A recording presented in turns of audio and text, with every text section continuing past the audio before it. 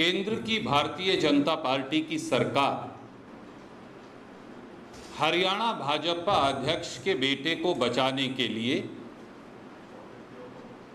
एक युवती को किडनैप करने की साजिश, outraging the modesty of a women के पूरे मामले में पर्दा डालने का एक षड्यंत्र कर रही है।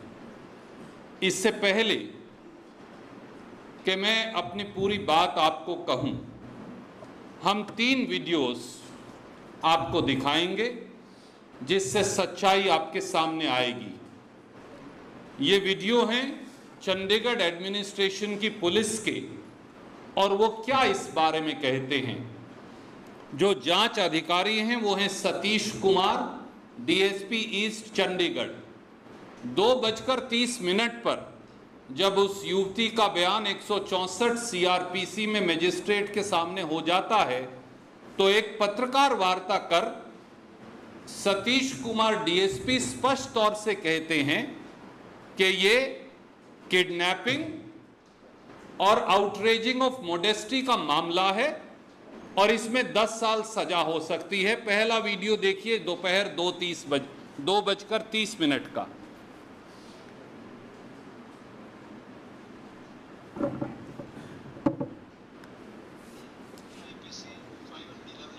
हम इसका आपको भेज देंगे।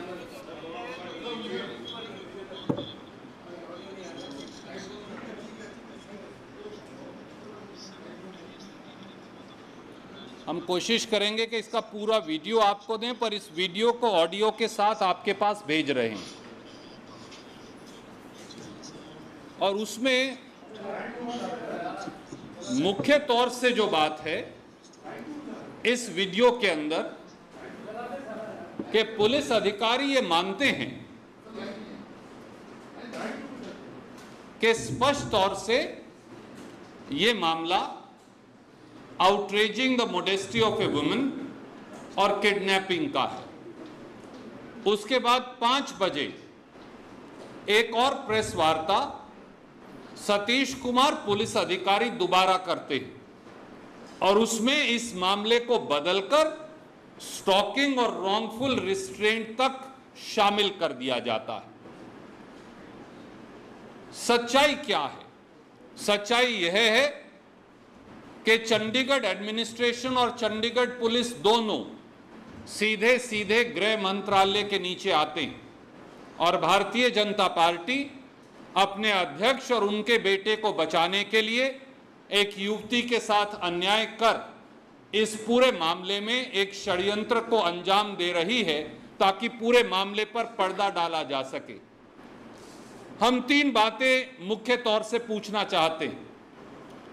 जब चंडीगढ़ एडमिनिस्ट्रेशन और चंडीगढ़ पुलिस दोनों भारत सरकार के नीचे आती हैं तो भाजपा एक षड्यंत्र के तहत इस पूरे मामले का पर्दाफाश करने की बजाय उस पर पर्दा डालने का षड्यंत्र क्यों कर रही है। दूसरा, ये अब सामने आ गया है मजिस्ट्रेट को दिए बयान में भी कि 2 से अधिक शराब से धुत गुंडों ने, जिनमें से एक भाजपा अध्यक्ष के बेटे हैं, मुख्य तौर से उन्होंने एक गाड़ी में 7 किलोमीटर तक रात के समय उस युवती की गाड़ी का पीछा किया। कई बार उस युवती की गाड़ी को रोकने का प्रयास किया गया, दुस्साहस किया गया और एक बार तो दरवाजा खोलकर जबरन उस युवती की गाड़ी में घुसने का दुस्साहस किया गया। क्या ये सीधे सीधे किडनैपिंग और अटेम्प्टेड एब्डक्शन के केस नहीं बनता? क्या ये सीधे सीधे outraging the modesty of a woman section 354 भारतीय दंड संहिता का केस नहीं बनता? और अगर बनता है तो फिर ये धाराएं क्यों लगाई नहीं गई आज तक चंडीगढ़ एडमिनिस्ट्रेशन के द्वारा? और तीसरा, 2:30 पर जांच अधिकारी सतीश कुमार ये मानते हैं कि ये एब्डक्शन और किडनैपिंग का केस है। ये 511 और 354 यानी outraging modesty of a women और attempt to commit an offence का केस है। तो 5 बजे वही पुलिस अधिकारी किस दबाव के अंदर अपना बयान बदल लेते हैं और बयान बदल कर वो फिर ऐसा क्यों कहते हैं कि ये सिर्फ रॉन्गफुल रिस्ट्रेंट का केस है, ये एब्डक्शन या outraging modesty of a woman का केस नहीं? क्या ये नहीं साबित करता कि 2:30 बजे से 5 बजे के बीच में भाजपा की केंद्रीय सरकार का हुक्म चंडीगढ़ एडमिनिस्ट्रेशन और चंडीगढ़ पुलिस को मिला, जिसके बाद पुलिस ने ही अपने बयान वापस बदल लिए? और तीसरा, जो 5 से अधिक सीसीटीवी कैमरास हैं जिनमें चंडीगढ़ में ये सारा वाकया रिकॉर्ड किया गया, हैरानी की बात यह है, आश्चर्यचकित करने की बात यह है कि अब पुलिस द्वारा कहा जा रहा है कि वो सारी सीसीटीवी की फुटेज गायब है। यानी मुकदमा दर्ज भी नहीं हुआ सही धाराओं में, यानी मुकदमे की तफ्तीश भी शुरू नहीं हुई, पर सीसीटीवी की फुटेज उससे पहले ही गायब हो गई। क्या इस प्रकार से भारतीय जनता पार्टी इस मामले की जांच करने वाली है? और एक सवाल और हम देश के प्रधानमंत्री और गृह मंत्री से पूछना चाहेंगे। वर्षों पहले एक वाकया ऐसा, हरियाणा में जब कांग्रेस की सरकार थी, एक वरिष्ठ मंत्री के बेटे से एक हादसा हो गया था। तो उस समय राजनाथ सिंह जी भाजपा के अध्यक्ष थे, सुषमा स्वराज जी विपक्ष की नेता थी, अरुण जेटली जी विपक्ष के नेता थे, रामविलास शर्मा जी जो अब मंत्री हैं वो भाजपा के हरियाणा के अध्यक्ष थे। उन सब ने एक बड़ा आंदोलन चलाया और कहा कि चाहे क्राइम बेटे ने किया हो, जिम्मेवारी पिता की है, इस्तीफा देना होगा।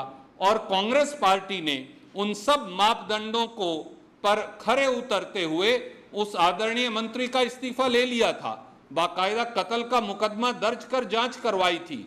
तो आज क्या वही भाजपा अध्यक्ष जो गृह मंत्री हैं, आज वो दोहरे मापदंड अपनाएंगे? क्या आज वो हरियाणा के भाजपा अध्यक्ष से इस्तीफा नहीं लेंगे? अमित शाह जी और नरेंद्र मोदी जी दोनों इस बात का जवाब देश की जनता को दें। इन दोनों वीडियो से, और एक हमने उस युवती का वीडियो भी आज जारी किया है जिसमें उसने स्पष्ट तौर से कहा है कि एक सीधा सीधा षड्यंत्र मुझे किडनैप करने का था। जब जो युवती है स्वयं आगे बढ़कर कह रही है कि ये मुझे किडनैप करने का षड्यंत्र था, जब पुलिस के जांच करने वाले अधिकारी ये कह रहे हैं, तो फिर यकायक एफआईआर की धाराएं बदल कैसे जाती हैं? इसका जवाब हम मांग रहे हैं।